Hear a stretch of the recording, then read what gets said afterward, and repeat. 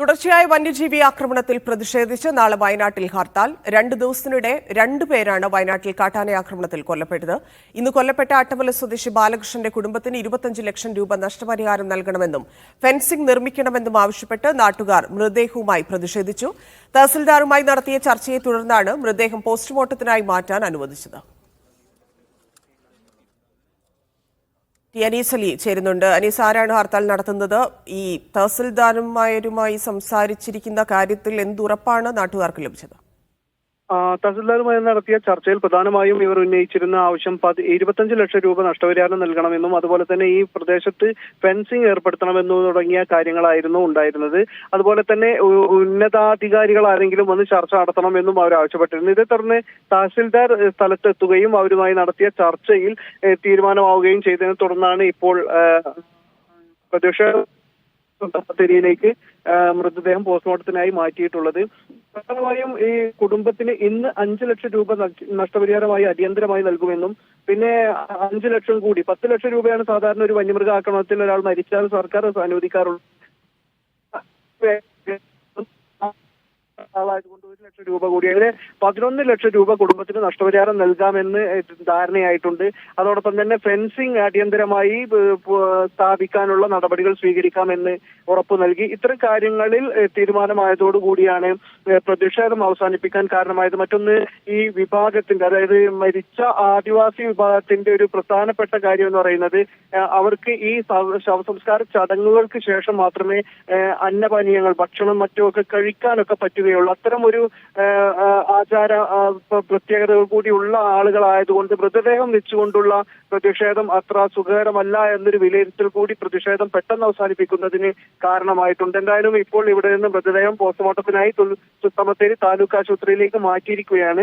ഇതേ തുടർന്ന് ഇന്നിപ്പോ വൈകുന്നേരത്തോടു കൂടി 4 മണിയോടുകൂടി സുൽത്താൻ മേപ്പാടിയിൽ UDF നേതൃത്വത്തിൽ ഒരു പ്രതിഷേധ പ്രകടനവും മാർച്ചും അവർ പ്രഖ്യാപിച്ചിട്ടുണ്ട്. ഒരു 2 ദിവസത്തിന്റെ ഉള്ളിൽ 2 പേർക്ക് കാട്ടാനയുടെ ആക്രമണത്തിൽ തന്നെ ജീവൻ നഷ്ടമാകുന്നു. അതും വയനാട് ജില്ലയുടെ വ്യത്യസ്തമായ ഭാഗങ്ങളിലാണ് ഇത് സംഭവിക്കുന്നത്. ഒന്ന് നടന്നത് സുൽത്താൻ ബത്തേരിയിലെ നൂൽപ്പുഴയിലാണ്, മറ്റൊന്ന് മേപ്പാടിയിലെ അട്ടമലയിലാണ്. രണ്ട് മേഖലയാണ്. ഇതിൽ നിന്നും തീർത്തും വ്യത്യസ്തമായ മറ്റൊരു മേഖലയിലാണ് കഴിഞ്ഞ 2 ആഴ്ച മുമ്പ് കടുവയുടെ ആക്രമണത്തിൽ രാധ എന്ന് പറയുന്ന ആദിവാസി വിഭാഗത്തിൽപ്പെട്ട ഒരു തോട്ടം തൊഴിലാളിക്ക് ജീവൻ നഷ്ടമാകുന്നത്. ഇങ്ങനെ നിരന്തരം മനുഷ്യ ജീവനുകൾ വന്യമൃഗങ്ങളുടെ ആക്രമണത്തിൽ നഷ്ടമായിക്കൊണ്ടിരിക്കുമ്പോൾ അതിൽ കൃത്യമായ ഇടപെടലുണ്ടാകുന്നില്ല എന്നാരോപിച്ചുകൊണ്ട് നാളെ UDF ഹർത്താലും ജില്ലയിൽ ിട്ടുണ്ട്. ഇന്ന് ഫാർമേഴ്സ് റിലീഫ് ഫോറവും തൃണമൂൽ കോൺഗ്രസും ഹർത്താൽ പ്രഖ്യാപിച്ചിരുന്നെങ്കിലും അവർ അത് മനസാക്ഷിക്ക് വിടുകയായിരുന്നു. ജനങ്ങൾ പൂർണ്ണ മനസ്സോടെ അതിന് സഹകരിക്കണമെന്നും വാഹനങ്ങൾ തടയുകയോ കടകമ്പോളങ്ങൾ അടപ്പിക്കുകയോ ചെയ്യില്ല എന്ന് പറയുകയും ചെയ്തിരുന്നു. അതുകൊണ്ട് തന്നെ കാര്യമായൊരു ചലനങ്ങൾ ഉണ്ടാക്കാൻ അവർക്ക് കഴിഞ്ഞിട്ടുമുണ്ടായിരുന്നില്ല. പക്ഷെ നാളെ UDF ഹർത്താൽ പ്രഖ്യാപിക്കുന്നത് കുറെ കൂടി സ്ഥിതിഗതികൾ സങ്കീർണമാക്കും. കാരണം വാഹനങ്ങൾ ഓടാൻ അനുവദിക്കുകയോ കടകമ്പോളങ്ങൾ തുറക്കാൻ അനുവദിക്കുകയോ ചെയ്യില്ല എന്നാണ് മനസ്സിലാകുന്നത്. നിരന്തരം വന്യമൃഗങ്ങളുടെ ആക്രമണത്തിൽ മനുഷ്യർക്ക് ജീവൻ നഷ്ടമാകുന്ന ഒരു സാഹചര്യം അടിയന്തരമായി അവസാനിപ്പിക്കണമെന്നാണ് UDF ആവശ്യപ്പെടുന്നത്.